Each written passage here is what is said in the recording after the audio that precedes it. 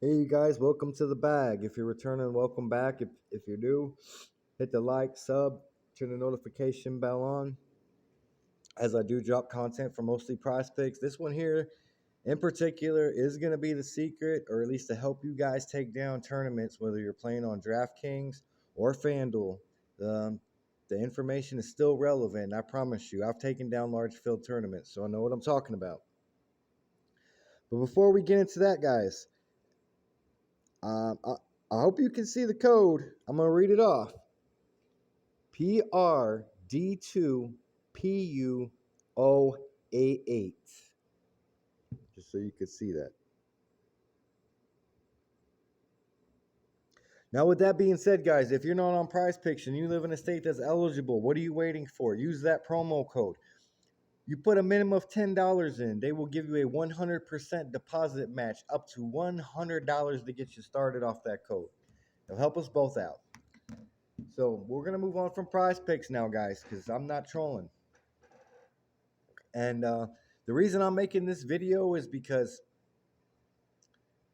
I don't know why my brother wants to be so high on prize or FanDuel when we live in a state that just got added to play Prize Picks like maybe a month ago, a little over.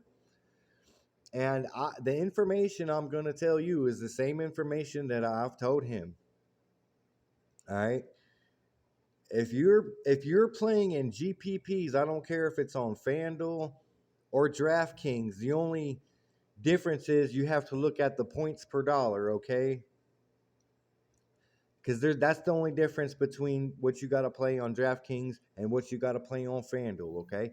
So with that being said, I've played more FanDuel before I quit playing than DraftKings, so I'm going to refer to this in the terms of FanDuel salary.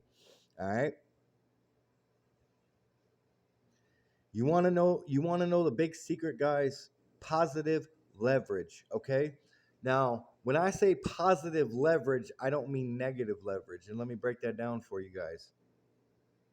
When I say positive leverage, that means that you've got somebody in as low as the 5K range, all the way up to a stud that is just simply low owned for whatever the reason may be, okay? But has the potential for their price point to go off, right? So if you've got a 5K player on FanDuel that's low owned, that pushes for 30 to 35, and you got him at lower ownership, and you played all the right priority targets, okay, that are on the slate. Now let me explain that. Perfect example. My brother's last time on FanDuel when he tried to play NBA, okay, and I even told him this, but the moment, I don't care how many games were on the slate, okay, I don't care. It's especially a lot harder to take down tournaments like in really huge, slates. It's not saying it's not possible. It's just the odds of it are more unlikely because it's just there's so many different combinations that can pop off. It's crazy. So 3 to 6 game slates the sweet spot. If you're good enough, you can take down show. If you're good enough, I've done it. You can take down showdown. You can take down 2 game slates. I've done it. Okay. Now, with that being said, I don't care how big the slate is, bro. When Kyrie Irving gets ruled out and Tim Hardaway Jr. is ruled out for Dallas, I don't care if Luka Doncic is 98% owned. He should be 100% owned. Like him or not, if you wanted to fade him because of his high ownership, that wasn't too smart. And that's what I mean. When guys are clear priority targets on the slate, especially when it's that guy, I don't care about Giannis or any other stud on the slate, like it or not. You have to play him, okay? You have to. There's no ifs, ands, or buts about it. When you get a big piece of news, I don't care if it's a 10, 11, 12 game slate. If Kyrie Irving's ruled out and you know Luka Doncic is going to go 70 to 80 fantasy points at 12K salary, you eat that damn chalk and you get different somewhere else, because as far as your lineup you had that night, bro, the moment you faded Luka, you were DOA. You were DOA. I don't care what you had, you were DOA. And so that's what I mean, guys.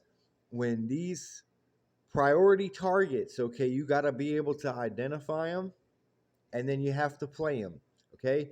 You may not like it, You have to play him. Like if you really feel like if it's that kind of player and you feel like if you don't have them that you may not stand a chance, you eat that damn chalk, man. And that's the way it is. And you get different somewhere else, okay? So the way I start to build my lineups is I'll on FanDuel, I will sit there and I will literally look in the 5 and 6K range on purpose because that is where I start. And I will identify all those possible players in that price range that I feel got the upside that will go off. And then I weed some of those guys out until I'm down to about three, maybe four of them. And then after that, I will take all the priority plays on the slate all the guys I feel like I gotta play, and I will put them in my lineup. It's just depending on the number, guys. Okay. And then after that, you scroll over what spots you got left open, and you find like because I'm sure you should have a decent amount of salary. And this is how you hand build a balanced lineup, guys, before lock. Okay. This is before lock. This is just how you balance your lineup when you're building it. Okay. And then so you you're basically just structuring out your lineup so like you're pretty much got it the structure of it ready to go however you want to word it. You pretty much got it balanced out ready to go, and you got your plays that you really like. I don't care if they're in the 7 and 9K range. Okay, for me it was 7 and 9K range. So if you feel like you could get a guy at 7K that could push for like even just 40 to 42. And if there's nothing in the 8K range that, and I'm using this thing as an example, if there's nothing in the 8K range that's really standing out where you look at him feeling like, damn, this guy is not going to push for 50, then you play in that 7K range, okay? And the same thing, if there's nothing that really looks good in the 7K range, like you don't feel like none of them could push for 35, then you look in the 8K range. Find you guys going to push for close to 45. If you can't look for that, if you can't find that there, look for it in the 9K range. It sucks. It really does, especially when you got to hand build this stuff and you're just going off like your instinct because that's what it comes down to. If you can't, I mean, if you have something to help you determine ownership and all that, that's great. I didn't pay for all them tools, and I've taken down tournaments without any of that. I didn't need any of that. Okay, so that's the thing. And then if you, all you got to do is stick your ear out there, and you all those DFS gurus and everything that you guys listen to. That's why I don't understand why you like if you're not in their Patreon, if you're not on the inside of their club, at the end of the day, you got to know that you're playing against them and they're playing against you. Okay, so they're not going to sit there and give you all the high plays, but what you can get out of that, and this is how I do it, is I get out there and I see who they're really really talking about, who they're talking up. Okay, and then you got to take a look at those guys, and take a really hard look at them. And determine for yourself, is this a player that I really need in my lineup or can I fade him? A lot of the times, and it hurts, but not when it's like not like when it's Luca like it was the other night. You got to eat that. Now, if it's like a 10K stud and you feel like you got good lower owned pivots that are going to do better, or they're going to dud, or maybe it's just an ownership thing. You may not like it. I understand you may not like it. Okay, and that's the thing. If you sat there and you play only the things that you like in a lineup, most of the time you're going to get chalk. And when you have no leverage over the field, I don't care how good they do, you're not going to take down the tournament. Okay, you're not. I'm sorry, guys, but you're not. I won't say, okay, I can't say that for sure, but I'm just going to say more than likely you're not going to. Like the odds are just not there. Not when you got you got too many own guys in your lineup. It's just too much. You're not gonna take down a tournament, okay? And I'm gonna throw this out as an example because this was the last large field, one of the last large field tournaments I played. And a matter of fact, that day I played on Super Draft, and I played on FanDuel, and they were large field, like just dollar free and a free play. Okay, and it was on a showdown. This is when the Lakers were in the championship. I don't, however many years ago it was, I don't know, and I can't even remember who they were playing. All I know is what I was looking at, and I knew I wanted Anthony Davis in my freaking MVP spot. I'm pretty sure that's who I took. But anyways, I figured out because it's a little bit more so on showdown slates. It's very like with the MVP and the all that stuff. You really got to take into close consideration who you want to put where. And then when my last spot was left, okay, I think I had like a little over 7,000 salary left. And the only other option I had I could really look at that was low owned was Kyle Kuzma, man. And I'll tell you, back then when he was playing with the Lakers, I don't even think he was. I think he was only playing like 18 to 20 minutes off the bench in close games. So for me to play Kyle Kuzma at like 6K or whatever, absolutely turned my freaking stomach. But you know what else I knew? He was low owned. I mean, low owned. I didn't even want him. I didn't want him. No lie, I didn't want him. But I knew if I want to keep all the plays that I wanted in my showdown lineup, the only way I was going to get leverage to play was Kyle Kuzma. Okay, so I'm not gonna say I started off with the game and I just took it down, guys, because that's not how it worked. All right, but I will tell you this: I started off in the cash, guys, like tailing off in the end, of the cash. And as the game went on, I moved up and up and up. Okay, I wasn't even in first place when the fourth quarter started, or I can't say that for sure, but I'm pretty sure when fourth quarter started, guys. I think I was only in like maybe 80th place or something like that, around out of around like God, like two to 4,000 people. I can't remember. But this is my point, okay? Once Kyle Kuzma got in the fourth quarter, and he went off, man. He went off. Okay, he went off. I wasn't expecting it. I don't. Obviously, nobody else was expecting it, but he went off for me. I think he did decent through the game, but I think he really threw down in the fourth quarter. And I'll tell you what, guys.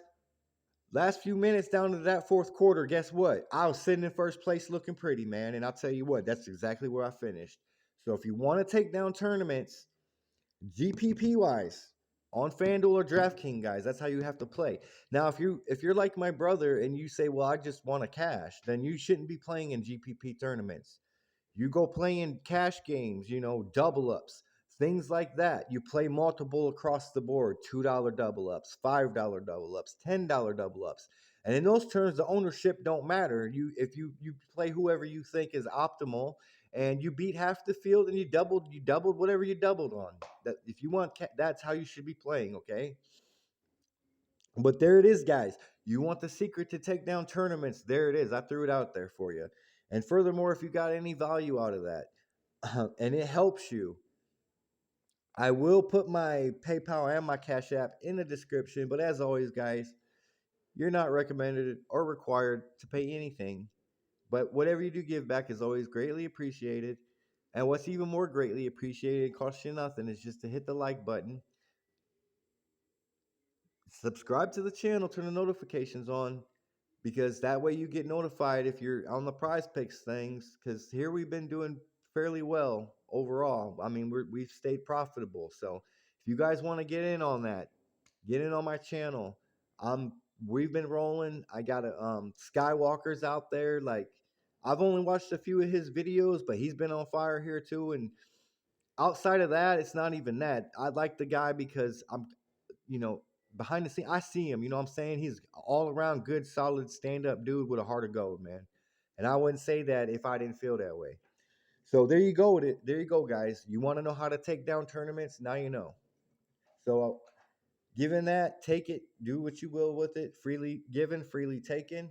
If you do take my advice and it takes down a tournament, then awesome. I'm really glad I could help you guys out. All right. You guys have a good night. And if you're playing out there in those tournaments, it's a huge field tonight. So with that being said, I already told you guys, but good luck. All right. Appreciate you. And until next time, you know what to do. You know what it is. Let's get that bag.